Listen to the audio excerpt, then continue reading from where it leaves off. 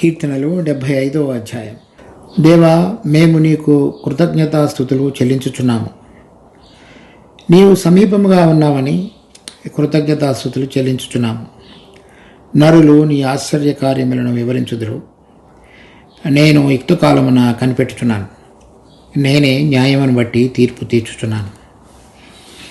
భూమియు దాని నివాసులందరూ లయమగునప్పుడు నేనే దాని స్తంభములను నిలుపుదును. అహంకారుల ఎండకుడని అహంకారులకు నేను ఆజ్ఞ ఇచ్చుచున్నాను. కొమ్ము ఎత్తకుడి, ఎత్తుగా కొమ్ము ఎత్తకుడి. పొగరు బట్టిన మాటలాడకుడి అని భక్తిహీనులకు నేను ఆజ్ఞ ఇచ్చుచున్నాను. తూర్పు నుండి అయినను, పడమట నుండి అయినను, అరణ్యము నుండి అయినను హెచ్చు కలుగుదు. దేవుడే తీర్పు తీర్చువాడు. ఆయన ఒకని తగ్గించును, ఒకని హెచ్చించును. యెహోవా చేతిలో ఒక పాత్ర ఉన్నది. అందులోని ద్రాక్షారసము పొంగుచున్నది. అది సంభారముతో నిండి ఉన్నది. ఆయన దానిలోనిది పోయిచున్నాడు. భూమి మీదనున్న భక్తిహీనులందరూ మడ్డితో కూడా దానిని పీల్చి మృంగివేయవలెను. నేనైతే నిత్యము ఆయన స్తుతిని ప్రచురము చేయుదును. యాకోబు దేవుని నేను నిత్యము కీర్తించెదను. భక్తిహీనుల కొమ్ములన్నిటినీ నేను విరగగొట్టెదను. నీతి మంతుల కొమ్ములు హెచ్చింపబడును. ఈ కీర్తన అల్ తషేతు అను రాగము మీద పాడదగినది అని రాయబడింది. అల్ తషేతు అనగా నాశనము చేయవద్దు అనే అర్థం అన్నమాట. అదే మాటతో అదే రాగము మీద పాడినటువంటి కొన్ని కీర్తనలు 57వ అధ్యాయం, 58వ అధ్యాయం, 59వ అధ్యాయంలో కూడా అదే రాగం మీద పాడదగినగా ఉన్నాయి. ఇక్కడ కూడా అక్కడ ఆ కీర్తనలలో చూచినట్లుగా ఏదైతే నష్టం జరగబోతున్నదో లేకపోతే నాశనం జరగబోతున్నదో దానికి మునుపు ఈ కీర్తనకర్త ఆసాపు ప్రార్థనతోటి, తర్వాత ఎవరైతే దానిలో దేవుని యొక్క ఏర్పాటులో ఉన్నటువంటి బిడ్డలు జయించిన వారు దేవుని యొక్క బలాన్ని అన్వయించుకొని గెలుపొందిన వారు పాడేటువంటి స్తుతి గీతములుగా కూడా మనం చూడవచ్చు. ఇక్కడ ఇది కీర్తన 2వ రాజులు 19వ అధ్యాయంలో మరి యూదా రాజు అయినటువంటి హిజ్కియా అషూరు రాజు అయినటువంటి సెన్హెరేబు తన మీదకు యుద్ధానికి వచ్చినప్పుడు ఏ విధంగా అతడు ప్రార్థించి ఉన్నాడో, తర్వాత ప్రవక్త అయిన యెషయాను కూడా ప్రార్థించమని అడిగి మరి దేశంలో ఉన్న జనములందరూ కూడా దేవుని వైపు వారి హృదయాలను తిప్పుకొనినప్పుడు దేవుడు ఇచ్చిన వాగ్దాన ప్రకారంగా అషూరు రాజు అయిన సెన్హెరేబు యుద్ధం చేయకుండానే 1,85,000 మంది ఒకే రోజున దేవుని దూత వచ్చి ఆ సైన్యమంతటిని కూడా హతం చేసి ఉండగా దేవుడు ఏ విధంగా అతనికి మేలు చేసి ఉన్నాడో చూచి దేవుని యొక్క కార్యములు ఎలా ఉంటాయో గుర్తెరిగిన వాడై స్తుతి గీతములతో కృతజ్ఞత స్తుతులతో పాడుతున్నటువంటి పాట. దానిలో కొంత ప్రార్థన కూడా ఉంది. అది కూడా మనం తర్వాత మెల్లగా చూద్దాం. మొట్టమొదటిలో ప్రారంభించినప్పుడు, దేవా, మేము నీకు కృతజ్ఞతాస్తుతులు చెల్లించుచున్నాము. నీవు సమీపంగా ఉన్నావని కృతజ్ఞతాస్తుతులు చెల్లించుచున్నాము. అది అంటే దేవుడు ఏ విధంగా తనకు మేలు చేయబోతున్నాడు అనే విషయాన్ని తెలియపరచబడిన తర్వాత అదే రోజు రాత్రి ఏ విధంగా దూత వచ్చి వారందరినీ కూడా నాశనం చేసి ఉన్నాడో దానిని గుర్తెరుగుతున్న వాడై స్తుతులు చెల్లించిన వాడిగా ఉన్నాడు. తర్వాత నరులు నీ ఆశ్చర్య కార్యములను వివరించుదురు. అంటే తను జరిగించినటువంటి కార్యము వ్రాయబడి ఉండగా మరి ఏ విధంగా దేవుని యొక్క ప్రభావం తను విశ్వసించిన బిడ్డల పక్షంగా కనపరచబడిందో అది గుర్తెరిగినట్లుగా అది అతడు వివరించుతున్నట్లుగా కూడా రాస్తున్నాడు. దానిలో ఈ 10వ వచనంలో చూసినప్పుడు, భక్తిహీనుల కొమ్ములన్నిటినీ నేను విరగగొట్టెదను.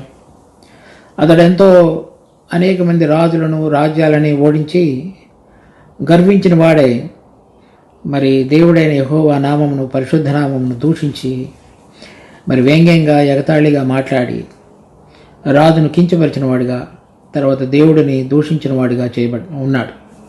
ఆ కొమ్ములు అంటే ఎవరెవరైతే తాము హెచ్చించుకున్నారో వారందరినీ కూడా నేను విరగగొట్టేదను. నీతిమంతుల కొమ్ములు హెచ్చించబడను. అనగా ఎవరైతే దేవుని యందు విశ్వాసం ఉంచి ఆయనను ఆధారంగా చేసుకుని జీవించి ఆయన వైపు చూచారో వారందరినీ కూడా నేను హెచ్చించేవాడనిగా ఉన్నాను అనేటువంటిది హిజ్కియా అనుభవించిన వాడై ఈ కీర్తన రచించున్నాడు.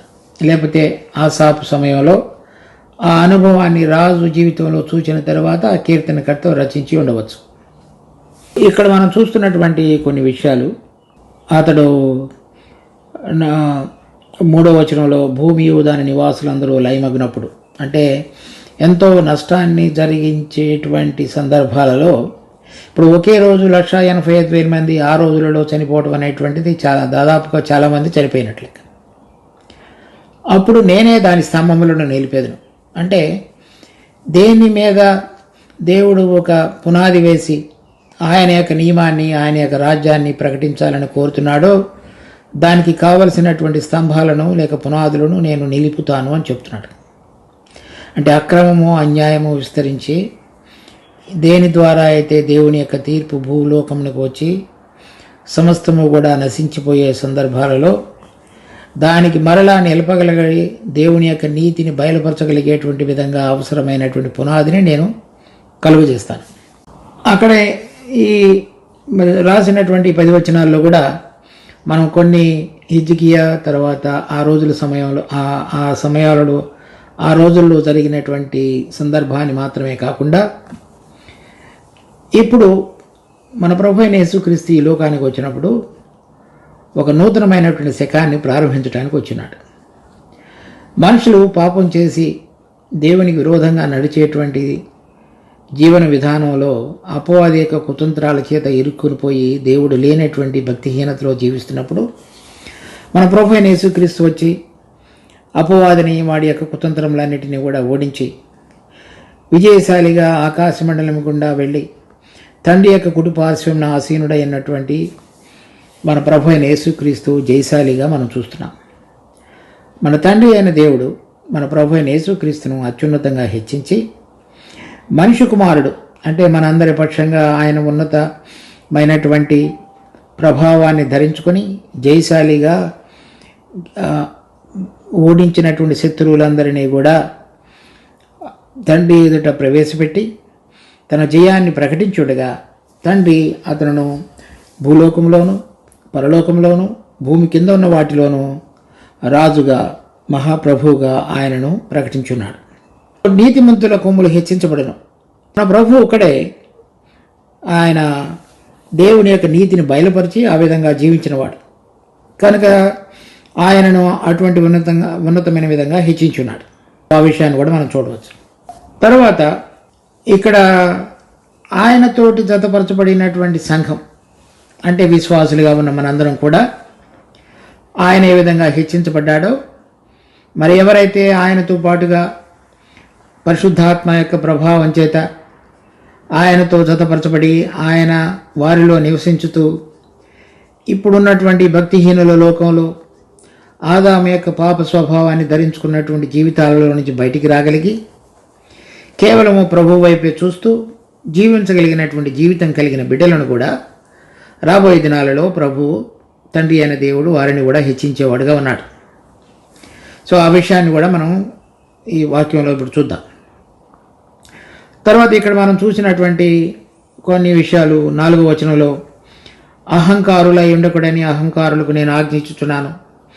అంటే ఎవరైతే మరి అషూరు రాజు వలె కానీ లేక ఇప్పుడు మనం జీవించేటువంటి జీవిత సమయంలో ఎవరెవరైతే దేవుడు లేకుండా అన్నీ కూడా స్వయంగా తమంతట సంపాదించి ఘనతకెక్కినటువంటి అనేక మంది మనుషులు దేవుడు లేని జీవితాన్ని ప్రకటించేవారుగా ఉన్నారో వారిని గురించి మాట్లాడుతూ కొమ్ము ఎత్తకుడి, ఎత్తుగా కొమ్ము ఎత్తకుడి, అంటే మిమ్మల్ని మీరు హెచ్చించుకొని మీరే అందరికంటే ఘనులైన వారుగా తెలుసుకొని వారుగా ఎంచుకొని జీవించకడి అని చెప్తున్నాడు.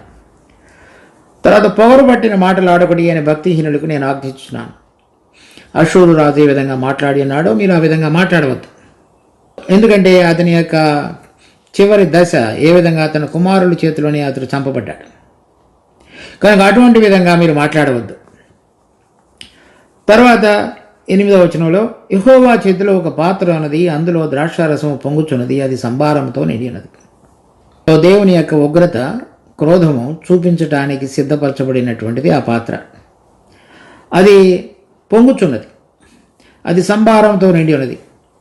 మామూలుగా దేవుని యొక్క వాక్యంలో ద్రాక్షారసం అనేటువంటిది పరిశుద్ధాత్మ దేవుడు మనకు ఆ ద్రాక్షారసం తాగినప్పుడు మామూలుగా ఉండేటువంటి శరీరమైన ఆనందాన్ని ఏ విధంగా మనిషి పొందుతాడో అది ఆత్మతో పోల్చబడి మనం పరిశుద్ధాత్మతో నింపబడి ఉన్నప్పుడు మరి దేవుని యొక్క ఆనందాన్ని, శక్తిని, బలాన్ని పొంది దేవుని కొరకు జీవించే జీవితానికి గుర్తుగా ఉంది. కానీ ఇక్కడ ఏం చెప్తున్నాడంటే అది సంభారంతో నిండి ఉన్నది.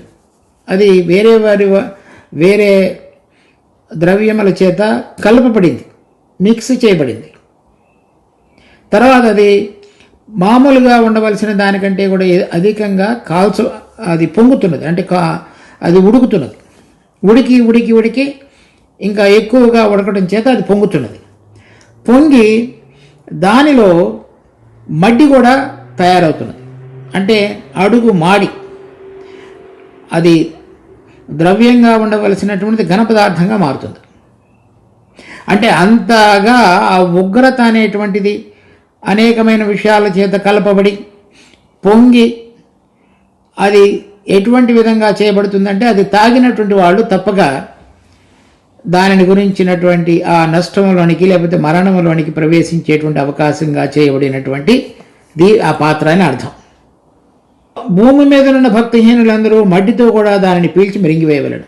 అటువంటి సందర్భం రాబోతున్నది అని చెప్తున్నాడు. అంటే అది ప్రవచించడం. ఇక్కడ మనం చూసినటువంటిది విషయాలన్నీ కూడా మనం చూస్తే ఎవరైతే అహంకారులుగా ఉన్నారో, భక్తిహీనులుగా ఉన్నారో ఆయన ఒక దినమున తీర్పు తీర్చి వారందరికీ ఆయన క్రోధము లేక ఉగ్రత అనేటువంటి పాత్రలోనిది తాగనిచ్చి ఆ సమయంలో 3వ వచనంలో చెప్పబడిన భూమియు దాని నివాసులందరూ లయమగినప్పుడు అంటే వాళ్ళందరూ త్రాగటం ద్వారా వచ్చేటువంటి నష్టాన్ని గురించి చెప్తున్నాడు. సో ఇది హిజ్కియా సమయంలో జరిగినటువంటి ఒక సంఘటన ఆధారంగా రాబోయే దినాలలో మన ప్రభువైన యేసుక్రీస్తు జయశాలిగా నీతిమంతుడిగా హెచ్చించబడి ఉండగా అది ప్రభువైన యేసుక్రీస్తులోను ఆయనతో పాటుగా కలపబడి ఆయన శిరస్సుగా మిగిలినటువంటి వారందరూ సంఘంలోని సభ్యులుగా ఆత్మచేత నడిపించబడి జయించిన జీవితం కలిగిన వారుగా వారందరూ కూడా ఆయన చేత హెచ్చించబడేవారుగా చేయబడతారు. అది ఎంతో ఉన్నతమైనటువంటి ఉద్దేశానికి దేవుడు భక్తి కలిగినటువంటి విశ్వాసులందరూ అంటే ఆయన ఆజ్ఞలకు లోబడి ఆయన యొక్క ప్రభుత్వాన్ని వాళ్ళ జీవితాలలో అన్వయించుకుని ఆయనను ఘనపరుస్తూ జీవించినటువంటి బిడ్డలు అని అర్థం. వాళ్ళ కొమ్ములు కూడా హెచ్చించబడతాయి. ఇప్పుడు ఈ లోకమంతయు కూడా దుష్టుడు వాని యొక్క ప్రభావం కింద ఉంటుండగా భక్తిహీనుల యొక్క కొమ్ములు హెచ్చించబడేవిగా ఉన్నాయి. మన ప్రభువైన యేసుక్రీస్తు వచ్చి తన రాజ్యాన్ని స్థాపించినప్పుడు నీతిమంతుల కొమ్ములు హెచ్చించబడేవిగా చేయబడతాయి. ఇప్పుడు భక్తిహీనులుగా ఉన్నటువంటి అనేక మంది వారు సహాయాన్ని తూర్పు నుంచి, పడమటి నుంచి, లేక దక్షిణము నుండి, లేక అరణ్యము నుండి అయినను అని రాయబడింది. అది హెచ్చైనను కలుగుదని చెప్తున్నాడు. కనుక వాళ్ళందరూ కూడా దాని నుంచి పొందేవారు. తూర్పు అనగా ఈ లోకంలో అనేక మంది సూర్యుడు అనేటువంటి సూర్యగ్రహాన్ని పూజించే వాళ్ళుగా ఉన్నారు. అంటే దాని ద్వారా పొందేటువంటి సూర్యరశ్మి ద్వారా మనకు ఆరోగ్యము లేక అతనిలో జీవింపచేసేటువంటి శక్తి ఉన్నది కనుక అతనే నిజమైన దేవుడని నమ్మేటువంటి వాడు. దానిని రకరకాలైనటువంటి పేర్లతో పిలుస్తారు. సో మన తెలుగు భాషలో సూర్యుడని, బెంగాలీ భాషలో మిత్ర అని, తర్వాత అరబిక్ భాషలో షేక్ అని, అరబిక్లోనే ఇంకొక భాషలో హదాద్ అని, తర్వాత ఆ రోజులలో ప్రభు సమయంలో లేకపోతే పాత నిబంధన కాలంలో ఉన్నటువంటిది బయలు అని, వీరందరూ కూడా ఆ సూర్యుడు అనేటువంటి దేవతకు లేకపోతే ఆ గ్రహానికి గుర్తు. వాటన్నిటిని వాళ్ళు పూజించేవాళ్ళు. మీరు వాటి మీద పెట్టుకోకండి ఎవరైతే భక్తిపరులుగా విశ్వాసులుగా జీవిస్తున్నారు. తర్వాత పడమటి నుండి ఆయన కలుగుదు. అంటే మనకు కలిగినటువంటి ఈ లోకమంతటిలో కూడా మనం సంపాదించుకున్న జ్ఞానము, బుద్ధి, సంపదలు, వాటి ద్వారా కూడా మీరు ఒక సమయంలో అవన్నీ కూడా నాకు అక్కడికి రావచ్చు అని అనుకుంటే దాని ద్వారా కూడా మనకి హెచ్చింపు లేక జయం దొరకదు అని చెప్తున్నాడు. తర్వాత అరణ్యం నుండి అయినను, అరణ్యం అంటే అది అక్కడ భౌగోళికంగా చూసినప్పుడు తూర్పు అనేటువంటిది మోయాబీలు, అమ్మోనీయులు ఉన్నటువంటి ప్రాంతం ఇశ్రాయేలులకి. తర్వాత పడమర అనేటువంటిది సముద్రం. తర్వాత కింద అంటే దక్షిణం అనేటువంటిది లేకపోతే అరణ్యం అనేటువంటిది అక్కడ ఐగుప్తు దేశానికి గుర్తు. వీటన్నిటిలో భౌతికంగా మీకు ఏది సహాయానికి రాదు. విశ్వాసులమైన మనం కూడా అన్యజనులు పూజించుతున్నట్లుగా వేరే వాటిని కానీ, లేక మనకు కలిగిన జీవితంలో మనం సంపాదించి ఇప్పుడు ఉడిగిపోయేటువంటి స్థితిలో మనకు ఉన్నతమైన దాన్ని బట్టి కానీ, లేక వేరే ఇంకా ఏదైనా మనకు సరైన విధంగా అనిపిస్తున్నటువంటి దక్షిణం కానీ, అంటే ఇక్కడ భౌగోళికంగా ఐగుప్తు అనేటువంటి దానికి గుర్తు సౌత్ అంటే దక్షిణం అంటే లేకపోతే అరణ్యం అంటే మామూలుగా అయితే ఇశ్రాయేలు వెళ్ళరు, కానీ వెళ్ళేటువంటి అవకాశం ఉంటే అక్కడ కానీ మీరు సహాయాన్ని పొందవద్దు. కనుక మన విశ్వాసుల జీవితాలలో కూడా మనుషులు సహజంగా ఆలోచించి పొందేటువంటి సహాయం కొరకై మీరు ఎక్కడికి వెళ్ళవద్దు, దాని ద్వారా కలగదు. ఉత్తరం అనేటువంటి దిక్కు ఇక్కడ రాయబడలేదు, ఎందుకంటే అషూరు రాజు ఉత్తర దిక్కు నుంచి వచ్చినవాడు కనుక సహజంగానే అక్కడ నుంచి సహాయం అతనికి దొరకదు కాబట్టి. తర్వాత అదే విశ్వాసులకు ఉత్తర దిక్కు అయితే మరి మహారాజు పట్టణమైన సియోను ఉత్తర దిక్కునున్నది కనుక అది స్వాభావికంగా భక్తి పరులుగా ఉన్నటువంటి అనేక మందికి అది వర్తించేదిగా ఉన్నది. ఈ విషయాలన్నీ కూడా మనం రకరకాలుగా ఈ వచనంలో చూడవచ్చు. అయితే ఇప్పుడు చూడండి, 3వ వచనం మన ముఖ్యమైనటువంటి అంశం. భూమియు దాని నివాసులందరూ లయమగినప్పుడు నేనే దాని స్తంభంలో నిలిపదును. తర్వాత 8వ వచనంలో యెహోవా చేతిలో ఒక పాత్ర ఉన్నది, అందులోని ద్రాక్షారసము పొంగుచున్నది, అది సంభారంతో నిండి ఉన్నది, ఆయన దానిలోనిది పోయిచున్నాడు. భూమి మీదున్న భక్తిహీనులందరూ మడ్డితో కూడా దానిని పీల్చవలెను. ప్రకటన గ్రంథం 14వ అధ్యాయంలో, మరియు నేను చూడగా ఇదిగో ఆ గొర్రెపిల్ల సియోను పర్వతం మీద నిలవబడి ఉండెను. ఆయన నామమును ఆయన తండ్రి నామమును నొసళ్ళయందు లిఖింపబడి ఉన్న 144,000 మంది ఆయనతో కూడా ఉండిరి. మరియు విస్తారమైన జలముల ధ్వనితోనూ గొప్ప ఉరుము ధ్వనితోనూ సమానమైన ఒక శబ్దము పరలోకము నుండి రాగా వింటిని. నేను వినిన ఆ శబ్దము వీణలు వాయించుచున్న వైణికుల నాదమును పోలినది. తరువాత వీరిని గురించి 4వ వచనంలో చెప్పబడింది. చివరిలో, వీరు దేవుని కొరకును గొర్రెపిల్ల కొరకును ప్రథమ ఫలముగా ఉండుటకై మనుషులలో నుండి కొనబడిన వారు. కనుక భూలోకములో నుంచి వీరందరూ కూడా కొనబడి పరలోకములో ఉన్నటువంటి సియోను పర్వతం మీద దేవుని ఎదుట, దేవుని సింహాసనం ఎదుట నిలవబడిన వారు అని చూస్తున్నాం. దాని తర్వాత అదే అధ్యాయంలో 10వ వచనంలో, ఏమీ కలపబడకుండా దేవుని ఉగ్రత పాత్రలో పోయబడిన దేవుని కోపము అను మద్యమును వాడు త్రాగును. అనగా ఎవరైతే ఆ ప్రతిమకు అంటే అపవాది యొక్క సాతాని యొక్క ముద్రను వేయించుకుంటారో వారందరూ కూడా దేవుని కోపం అనేటువంటి ఉగ్రత అనే పాత్రలోనిది తాగుతారు. అటువంటి సందర్భంలో కూడా అంటే వీళ్ళందరూ కొంతమంది వెళ్ళిపోయిన తరువాత మిగిలిన వాళ్ళలో ఉన్నటువంటి కొంతమంది విశ్వాసులు 12వ వచనంలో, దేవుని ఆజ్ఞలను యేసును గూర్చిన విశ్వాసమును గైకొనుచున్న పరిశుద్ధుల ఓర్పు ఇందులో కనబడదు. మొదటి గుంపులో నుంచి వెళ్ళిపోయినటువంటి వారు మొదటి 4 వచనాలలో పరలోకంలో దేవుని సింహాసనం ఎదుట నిలబడిన వారుగా ఉన్నారు. మిగిలినటువంటి వారు శ్రమల కాలంలో కూడా వెళుతూ అదే అధ్యాయంలో 15వ వచనంలో, అప్పుడు మరి ఒక దూత దేవాలయంలో నుండి వెడలి వచ్చి, భూమి పైరు పండి ఉన్నది, కోతకాలం వచ్చినది, నీ కొడవలు పెట్టి కోయమని గొప్ప స్వరముతో మేఘము మీద ఆసీనుడైన వానితో చెప్పెను. మేఘము మీద ఆసీనుడైన వాడు తన కొడవలి భూమి మీద వేయగా భూమి పైరు కోయబడెను. కనుక మిగిలినటువంటి విశ్వాసులు శ్రమకాలంలో కూడా సిద్ధపరచబడి వారిని దేవుడు జతపరిచిన లేవనెత్తిన వాడుగా ఉన్నాడు. వారందరూ కూడా మేఘమండలం మీద కొనిపోబడి మధ్యాకాశంలో మన ప్రభు అయిన యేసుక్రీస్తును కలిసేటువంటి వారుగా ఉన్నారు. దాని తర్వాత అంటే శ్రమలు చూడకుండా వెళ్ళిపోయినటువంటి విశ్వాసులు మొదటి 4 వచనాలలో, శ్రమలలో సిద్ధపరచబడినటువంటి వారు 15, 16 వచనాలలో లేవనెత్తబడి ఉన్న తర్వాత 15వ అధ్యాయంలో జరుగుతున్న విషయాలు చూడండి. 7-8 వచనాలు. అప్పుడు ఆ 4 జీవులలో ఒక జీవి యుగ యుగములు జీవించు దేవుని కోపముతో నిండి ఉన్న 7 బంగారు పాత్రలను ఆ 7 దూతలకు ఇచ్చెను. అంతటా దేవుని మహిమ నుండి ఆయన శక్తి నుండి వచ్చిన పొగతో ఆలయము నింపబడినందున ఆ 7 దూతల యొద్ద ఉన్న 7 తెగుళ్ళు సమాప్తి వరకు ఎవడను ప్రవేశింపజాలకపోయెను. తర్వాత 16వ అధ్యాయంలో ఆ 7 తెగుళ్ళు నింపబడి ఉన్నటువంటి పాత్రలు భూమి మీద కుమ్మరించబడుట మనం చూస్తున్నాం. 2వ వచనంలో మొదటి దూత వెలుపలికి వచ్చి తన పాత్రను భూమి మీద కుమ్మరింపగా వాళ్ళకి చెడ్డ పుండు పుట్టింది. అలా రకరకాలుగా ఆ 7 పాత్రలు కుమ్మరించబడడం ద్వారా అనేక మంది ఏ విధంగా ఆ భక్తిహీనులు దేవుని యొక్క మద్యం అనేటువంటి దేవుని యొక్క ఉగ్రత అనే పాత్రను తాగారో ఈ అధ్యాయాల్లో మనం చూస్తున్నాం.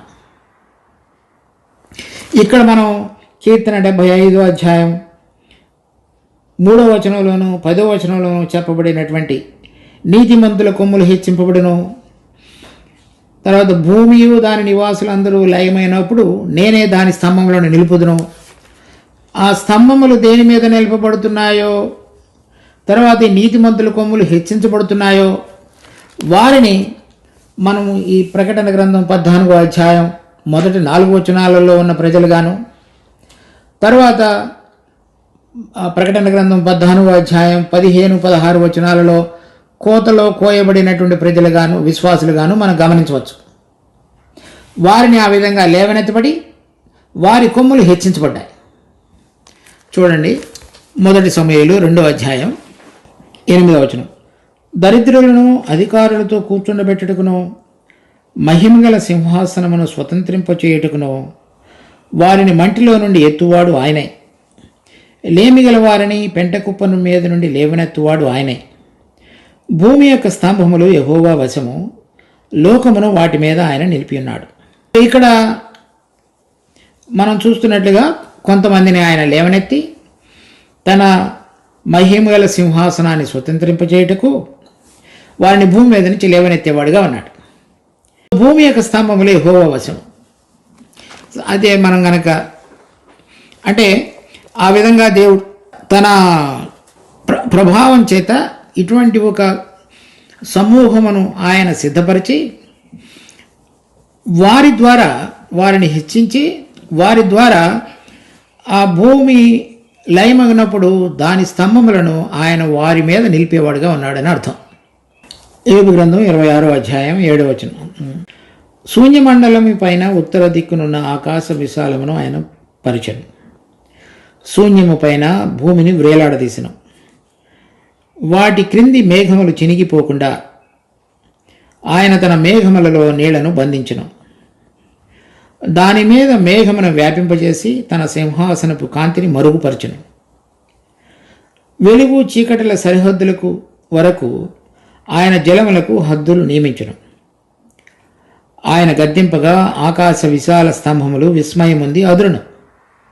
ఇక్కడ మనం చూస్తున్నట్లుగా శూన్యము పైన భూమిని వేలాడదీశాడు. అనగా భూమి యొక్క పునాదులకు ఇక్కడ మనం కీర్తన 75వ అధ్యాయంలో నేనే దాని స్తంభంలో నిలుపుదును. తర్వాత ఇక్కడ 1 సమూయేలు 2వ అధ్యాయంలో భూమి యొక్క స్తంభములు యెహోవా వశము. మరి యోబు గ్రంథంలో చూసినప్పుడు ఆయన శూన్యమైన వ్రేలాడదీసి ఉన్నాడని చెప్తున్నాడు, కానీ స్తంభములు వచ్చేటప్పటికి ఆకాశ విశాలముల మీద ఉంది, కానీ భూమి శూన్యం మీద ఉంది, ఏ స్తంభముల మీద నిలబడినట్లుగా లేదు. అనగా ఏం చెప్పబడుతున్నది? దేని మీద అయితే భూలోకములో దేవుని యొక్క ప్రభుత్వం స్థిరపరచబడి పరలోకములో ఆయన చిత్తము జరుగుతున్నట్లుగా భూలోకములో కూడా నెరవేర్చబడాలో దానికి అవసరమైనటువంటి కొంతమంది బిడ్డలను ఆయన సిద్ధపరిచి వారిని స్తంభములుగా చేసి వారి యొక్క నీతి కలిగినటువంటి జయించినటువంటి దేవుడికి ఇష్టకరమైనటువంటి ఆయన ప్రభుత్వాన్ని వారి జీవితాలలో కొనసాగిస్తున్నటువంటి జీవిత ఆధారంగా, అంటే దేవుని యొక్క జీవం ఆధారంగా రాబోయే దినాలలో భూమిని స్థాపించేవాడుగా ఉన్నాడు. అనగా మన ప్రభు అయిన యేసుక్రీస్తు తిరిగి వచ్చి ఆయన భూమి మీద తన 1000 సంవత్సరాల పరిపాలన ప్రారంభించినప్పుడు ఇప్పుడు ఆయనతోటి ఏ విధంగా ఆయన జీవం కలిగి ఆయన ప్రభుత్వాన్ని వారి జీవితాల్లో అన్వయించుకొని ఆయన చిత్తాన్ని నెరవేరుస్తూ భక్తిగా ఆయన కొరకు జీవించినటువంటి బిడ్డలు అనే వారి ద్వారా ఆయన భూమి యొక్క స్తంభములను నిలిపేవాడుగా ఉన్నాడు. అంటే ఇప్పుడు ఉన్నటువంటి వారందరూ కూడా అహంకారులు, భక్తిహీనులు, దేవుని క్రోధం అనేటువంటి ఉగ్రత పాత్రను తాగిన తరువాత అనేక మంది చనిపోయిన సందర్భంలో నూతనమైనటువంటి రాజ్యాన్ని ప్రభువు స్థాపించినప్పుడు 1000 సంవత్సరాల పరిపాలనలో నీతిమంతులుగా కొమ్ము హెచ్చించబడినటువంటి అనేక మంది జయించినటువంటి విశ్వాసులు వారి ఆధారంగా భూమి యొక్క స్తంభములను ఆయన నిలిపి పాలించేటువంటి దేవుడిగా ఆయన ఉన్నాడు. సో మొట్టమొదటిలో భూమి మీద అంతటి కూడా మనుషుడి ద్వారా దేవుని యొక్క రాజ్యం జరగాలని దేవుడు కోరి ఉన్నాడు. అంటే దేవుని యొక్క ప్రతినిధిగా దేవుడు మనుషుని సృష్టించాడు.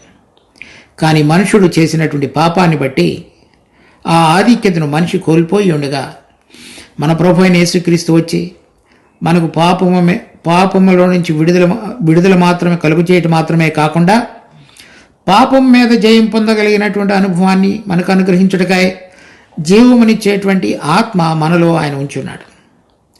దాని తరువాత ఈ లోకంలో ఉన్నటువంటి దుష్ట శక్తుల ప్రభావం మీద మనం జయం పొందగలగటానికి ఆయన బలాన్ని మనలో ఉంచి ఆయన జయించిన వాడుగా ఉన్నాడు కనుక ఆయన ద్వారా మనం ఈ లోకమును కూడా జయించగలిగినటువంటి అనుభవంలో జీవించటానికి ఆయన కృపను చూపించి ఆయన మీద ఆధారపడి జీవించినటువంటి బిడ్డలందరికీ అటువంటి జయాన్ని అనుగ్రహించేవాడుగా ఉన్నాడు. అలా శరీరము మీద పాపం మీద జయం పొంది దుష్ట శక్తుల ప్రభావాన్ని ఓడించినటువంటి బిడ్డలందరూ కూడా నీతిమంతులుగా వారి కొమ్ము హెచ్చించబడి వారి మీద భూమి యొక్క పునాదులు వేసేటువంటి ప్రభువుగా మనం ఈ కీర్తనలో చూస్తున్నాం.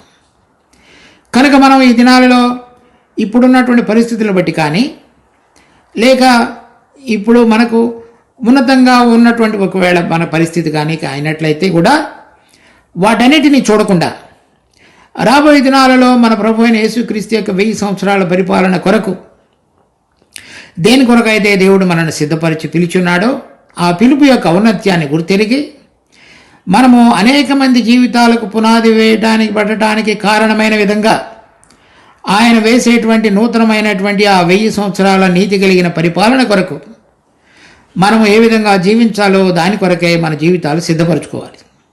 అది ఆ ఆధిక్యతను మనం గుర్తెరిగి ఈ లోకంలో ఉన్నటువంటి భక్తిహీనుల వలె కాకుండా మరి దేవుడు కోరుతున్నటువంటి నీతిమంతుల జాబితాలో మన పేర్లు వ్రాయబడి అనగా మనము ఉచితంగా నీతిమంతులుగా తీర్చబడటాన్ని మాత్రమే అర్థం కాదు, అలా నీతిమంతులుగా తీర్చబడిన మనందరం కూడా దేవుని యొక్క రాకడలో నీతి క్రియలు అనేటువంటి ఫలముల చేత నింపబడిన వారు అని అర్థం. వారు సాతానును అతని దూతలను కూడా వారి పాదముల కింద చిత్తక తొక్కిన వారు అని అర్థం. అనగా కలిగేటువంటి మహా వేదనలో శోధనలలో దేవుని యొక్క బలం ద్వారా వాడిని ఓడించినటువంటి వారు అని అర్థం. అటువంటి వారిని దేవుడు హెచ్చించేవాడిగా ఉన్నాడు. అటువంటి సమయాలలో మరి మనం తూర్పు నుంచి కానీ పడమర నుంచి కానీ వేరే ఇంకా ఏదైనా దిక్కు నుంచి కానీ మనం సహాయం కొరకు చూడక మరి దేవుడు మనం పిలిచిన పిలుపు యొక్క గురి కలిగి ఆ విధంగా జీవించగలగటానికి దేవుడు మనకు సహాయం కావాలని మనం సహాయపడినట్లుగా మన మనస్సులు మన హృదయాలు ఆయన మీద నిమగ్నం చేసి చక్కగా మనం జీవితయాత్రను సాగించాలి. ఇంకొక 2 ఉదాహరణలు చూడండి. ఆమోసు రాసిన పత్రిక 9వ అధ్యాయం 6వ వచనం. ఆకాశము మందు తన కొరకై మేడగదులు కట్టుకునివాడు, ఆకాశ మండలమునకు భూమి మీద పునాదులు వేయువాడును ఆయనే. మనం ఏబు గ్రంథంలో చూసినప్పుడు ఆకాశ విశాలములు ఆయన ఊపిరి పీల్చినప్పుడు అవి కదులునని చెప్పబడింది. ఏబు గ్రంథం 26వ అధ్యాయం. ఆయన ఊపిరి విడవగా ఆకాశ విశాలముకు అందము వచ్చును. తర్వాత 11వ వచనంలో ఆయన గద్దింపగా ఆకాశ విశాల స్తంభములు విస్మయం ఉంది అదురుడు. దానికి ఇక్కడ ఏం చెప్తున్నాడంటే ఆమోసు 9వ అధ్యాయం 6వ వచనంలో ఆకాశమందు తన కొరకై మేడగదులు కట్టుకునివాడు, ఆకాశ మండలమునకు భూమి యందు పునాదులు వేయవాడును ఆయనే. అంటే భూమి మీద రాజ్యం చేయబోయటానికి అవసరమైనటువంటి పునాదులు మనం గతంలో చూసినట్లుగా 75వ కీర్తనలో వ్రాయబడింది. ఇక్కడ ఆకాశ మండలమునకు కూడా ఆ స్తంభములు కదిలించబడి ఉండగా, అనగా అపవాది అతని దూతలందరూ కూడా పడగొట్టబడి ఉండగా, అక్కడ ఉన్నటువంటి ప్రభావానికి తగిన విధంగా ఏదైతే ఆ ఆకాశ మండలంలో ఉన్నటువంటి మేడ గదులకు కట్టడానికి అవసరమైనటువంటి పునాదులు కూడా భూమి మీద వేసేవాడుగా ఆయన ఉన్నాడు. ఇది ఏమర్థమవుతుంది? ఈ విధంగా జయించినటువంటి విశ్వాసులు భూమికి స్తంభాలుగాను ఆకాశమండలంలో ఉన్నటువంటి దానికి స్తంభాలుగా చేయబడేటువంటి వారుగా కట్టబడుతున్నారు. కనుక మన యొక్క దేవుడు మన పిలిచినటువంటి పిలుపులో ఆ రెండు విషయాలు, అంటే ఇక్కడ శరీరధారులమై జీవించుతున్నటువంటి సమయంలో మన జీవితాలు ఇక్కడున్న వాటి వారికి మాత్రమే గురి కాకుండా రాబోతున్నటువంటి మహిమలో పరలోకంలో ఉన్నటువంటి స్థలాలలో కూడా దేవుడు తన మహిమను మన ద్వారా బయలుపరచగలిగే విధంగా మన జీవితాలు ఉండాలని దేవుడు కోరుతున్నాడు. చూడండి, ఎఫెసీ పత్రిక 3వ అధ్యాయం 8వ వచనం నుంచి 11వ వచనం వరకు.